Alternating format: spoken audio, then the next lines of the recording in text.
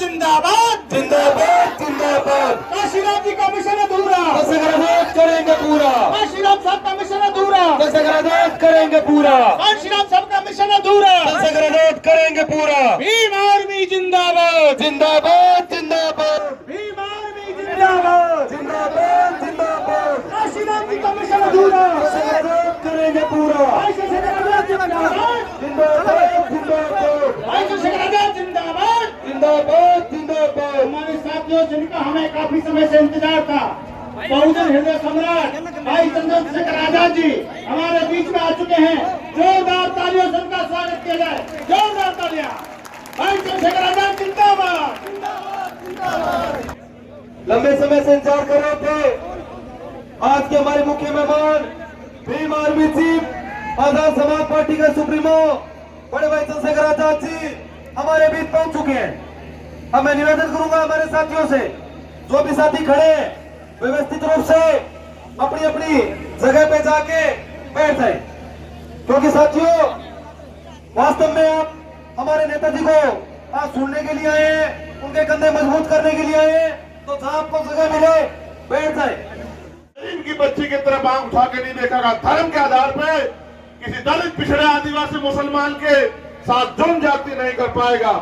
और जिस तरह से आपके सपने, नौजवानों के सपने कुचले गए, पेपर लीक होके, भ्रष्टाचार होके, वो सपने जो कुचले गए वो सपने आगे भविष्य में नहीं कुचले जाएंगे। लेकिन अगर आपने गलती की और आप पैसे वालों के चक्कर में आए, आपने कुछ दिनों के लिए फिर पैसे वालों को अपना दोस्त समझा, तो फिर यही होगा जो हमेशा से पैसे वाले आपके साथ करते आए, कि जब उनको मतलब होता है वो आपके अपने होते हैं, आपके दोस्त रिश्तेदार होते हैं, और जब आपका मतलब निकल जाता है तो फिर वो आपको ढूंढे भी नहीं मिलेंगे। नेताजी घर में पड़ रहे हैं कि आप गेट बजाना, वो कहेंगे नेताजी बाहर। अब आप तय कर लो कि अपने बीच के लोगों को आगे बढ़ा के अपना नेता बनाना है, या उन्हीं जिनकी पैतृक चली आ रही है, बाप दादा की पपोतियां, उन्हीं को आगे बढ़ा के आपको नेता बनाना है। ये आप तय करो, और कोई आपसे अधिकार नहीं छीन सकता। आपके अंगूठे में अधिकार है। ईवीएम का बटन जब आप दबाने जाएंगे तो केतली चुनाव निशान पे आपको सिर्फ सत्यवान ही याद ना रहे, आपको जो हर पिछले 5 साल में हुआ एक एक जुर्म याद रहे, अपने ऊपर हुआ एक अन्याय अत्याचार याद रहे, आपके बच्चों के लुटते सपने याद रहे, और जो भी मुसीबतें पिछले 5 साल में आपने झेली वो सब चीज आपके याद रहे। मैं जब अभी गाड़ी से उतरा आपने खूब फूल बरसाए। मैं आपका कर्ज नहीं उतार सकता हूं, आप जो प्यार देते हैं, लेकिन बेटा होने के नाते, भाई होने के नाते मेरे मन में भी ये पीड़ा है कि कब तक मेरे लोग सोए रहेंगे। आप याद करो, सत्यवान तो लंबे समय से काम कर रहा है, लेकिन जिनको हम नेता मानते हैं, आदर्श मानते हैं, शहीद आजम सरदार भगत सिंह 23 साल के थे जब उन्होंने इस देश के लिए शहादत दी। 23 साल के, उससे पहले उन्होंने जेल भी काटी। और हौसला था उनके अंदर, नौजवान में बदलाव का हौसला होता है, नौजवान जिंदा दिल होता है, नौजवान के अंदर सपने होते हैं। और क्योंकि आपके बीच से निकला है, आपके दुख दर्द को, तकलीफों को जानता है, आपके क्षेत्र की समस्याओं को जानता है, इसलिए जिस दिन जिए हैं, जिस दिन को जीने के लिए इन सरकारों ने आपको मजबूर किया है, तो मेरा यह मानना है कि ये उन समस्याओं से लड़े, और अगर आपने कंधे से कंधा मिलाकर इसका साथ दिया तो उन समस्याओं को हल करेगा। आप जानते हैं हमारा प्रयास है कि एक ऐसा लोकतंत्र जिसके सपने जो है महापुरुषों ने रखे थे, उस लोकतंत्र का सच्चा सपना साकार हो, कि गरीबों को पढ़ने के लिए इतने सस्ते पैमाने पे शिक्षा उपलब्ध हो कि एक गरीब का बेटा भी, एक किसान का, मजदूर का बेटा भी डॉक्टर, इंजीनियर, आईएएस, आईपीएस बन सके, वो पढ़ने के लिए विदेश जा सके, पढ़ने के लिए उनको अपनी जमीन गिरवी ना रखनी पड़े या लोन ना लेना पड़े। किसी गरीब को अगर अपनी बच्चों की शादी करनी हो तो किसी साहूकार के आगे जाके अपनी जमीन के कागज ना रखने पड़े, किसी से पैसा ना लेना पड़े। अगर किसी को अच्छा इलाज कराना हो तो उसे उसके सपने ना कुचले जाए, उसके आगे उसके परिवार किसी व्यक्ति की जान ना चली जाए। अगर किसी को रोजगार की वो हो तो उसके सपनों को लूटा ना जाए।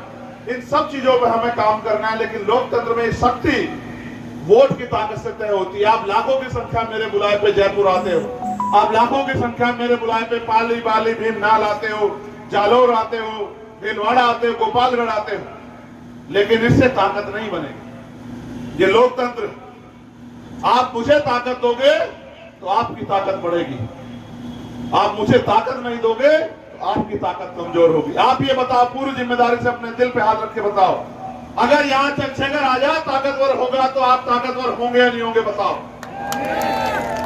जोर लगा के बताओ, होंगे या नहीं होंगे? बताओ।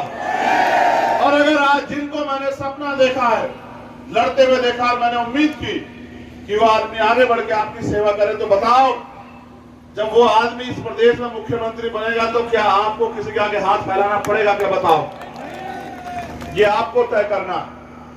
एक महीने पैसे वालों के पक्ष में रह के अपने 5 साल खराब करने हैं, या एक महीने अपने लोगों का साथ देके अगले 5 साल के लिए अपने बच्चों का भविष्य उज्जवल करना है, और जो जुल्म जातीय अन्यायता लूट मचाई हो रही है उसको खत्म करना है। क्योंकि मेरे पास काम बहुत है, आपने जिम्मेदारी बहुत बड़ी दी है, मुझे मध्य प्रदेश भी देखना है, मुझे यहाँ भी देखना है, मुझे उत्तर प्रदेश भी देखना है, और चुनावी राजनीति से ज्यादा तमाम तरह की जो मुसीबतें हमारे लोगों पे आती है उसमें मुझे खड़े रहना होता है, तो मैं ज्यादा देर कहीं रुक नहीं पाता।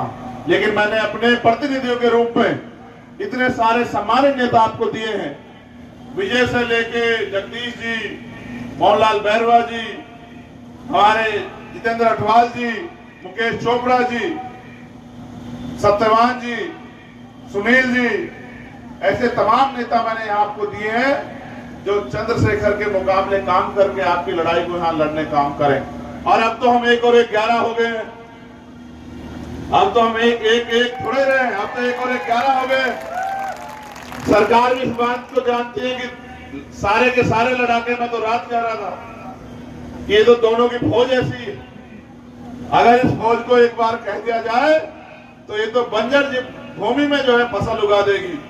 तो फौज दोनों की ऐसी है, और उस फौज को ये तय करना है कि उन्हें काम किस तरह करना है। काम करने का एक ही फॉर्मूला है कि गली गली जाके, गांव गांव, ढाणी ढाणी जाके अपने लोगों को, अपनी पार्टी को वोट देने के लिए तैयार करना। और मेरा मानना है कि परिणाम आए। और इस बार क्योंकि दोनों पार्टियों के हालात बड़ी खराब है रात से, और पता नहीं नींद भी आ रही होगी नहीं आ रही होगी, तो आए ना आए उनको नींद, मुझे अपने लोगों की नींदों की परवाह है कि इनको नींद आनी चाहिए, इनका पेट भरना चाहिए, इनको सम्मान का जीवन मिलना चाहिए। इसलिए हमने फैसला लिया है, और मैं आपको जिम्मेदारी से कहता हूं कि हम इतना प्रतिनिधित्व लेके जाएंगे कि हमारे जरिए, हमारे बिना सरकार नहीं बनेगी। और जब हमारे जरिए सरकार बनेगी तो आप याद रखना, हमें बहुत लंबा समय हुआ लोगों को बनाते हुए, इस बार हम किसी को बनाएंगे नहीं।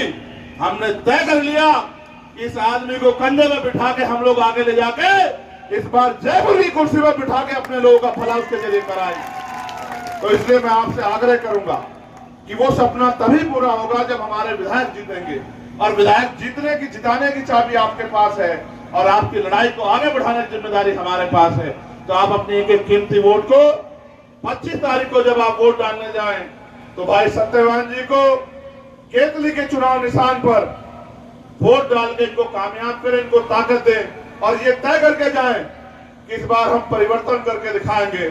इस बार हम उन लोगों को दिखाएंगे जो लोग ये कहते हैं कि गरीब लोग आगे नहीं बढ़ सकते, मेहनतकश लोग आगे नहीं बढ़ सकते, किसान कमेरे की औलादें ताकतवर नहीं हो सकती, जो इनको रोकने के लिए तमाम तरह के षड्यंत्र करेंगे, तमाम तरह की अफवाह फैलाएंगे।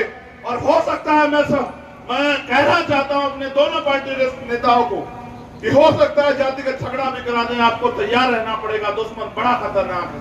हो सकता है जातिगत झगड़ा करा दें कि आपकी एकता टूट जाए। इस बार कुछ भी टूटे, आपकी एकता नहीं टूटनी चाहिए। और अगर ये एकता बनी रही तो परिणाम आप देखना कि कैसे सुनहरे होंगे। आज नहीं कल तो आपको फैसले लेने हैं। इसलिए मैं आपसे आग्रह करूंगा कि सावधान रह के, समझदार रह के, सतर्क रह के, कहते इलाज से बेहतर बचाव होता है ना, बचाव करके आगे बढ़ो। जयपुर तुम्हारा इंतजार कर रहा है। मेरे नौजवान वीरों, मेरी बहनों, माओ, मेरे भाइयों, मेरे बुजुर्गों, ये प्रदेश आपके नेतृत्व का इंतजार कर रहा है, ये प्रदेश आपकी ताकत का इंतजार कर रहा है, और इस प्रदेश की जनता उम्मीद कर रही है कि कोई तो ऐसा है जो इस प्रदेश की रखवाली करे और इस प्रदेश के लोगों के सपने पूरे करे।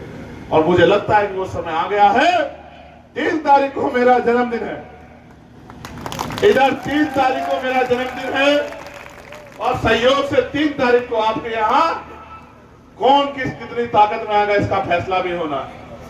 मैं जन्मदिन पे आपसे ज्यादा कुछ नहीं मांगता, बस ये मांगता हूं कि सत्यवान को इतनी ताकत दे देना कि सत्यवान जयपुर की विधानसभा में खड़ा होकर आपके हक अधिकारों को लेकर, सत्यवान जयपुर की विधानसभा में खड़े होकर आपके अधिकारों के लिए लड़ सके और आपकी जो अधिकार बैठते हैं उनको छीन के लाके आपके कदमों में रख सके। इतनी ताकत मुझे दे देना और फिर आप ये देखना कि ना कोई आप पे जुर्म जाति कर पाएगा और ना ही आपके सपने अधूरे रहेंगे।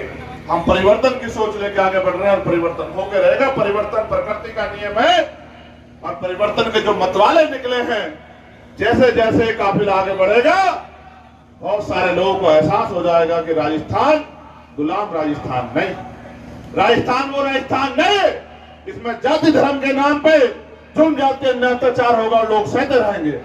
राजस्थान तो वो राजस्थान है जिनके बेटे सीमाओं पे देश की रक्षा करते हैं, जिनके खेत से निकली हुई फसल लोगों के पेट भरती है, जिनके पत्थर का डिजाइन और जिनके यहां से गया पत्थर लोगों के महलों की शोभा बढ़ाता है।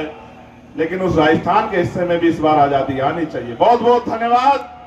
जय भीम, जय भारत, हमारा गठबंधन जिंदाबाद, हमारी एकता जिंदाबाद, आप सबके सपने जिंदाबाद, कमजोरों, किसानों, नौजवानों के सपने जिंदाबाद। और मैं अपने सभी सम्मानित यहाँ के जिला की कमेटी के, विधानसभा कमेटी के सभी नेताओं का धन्यवाद करता हूँ।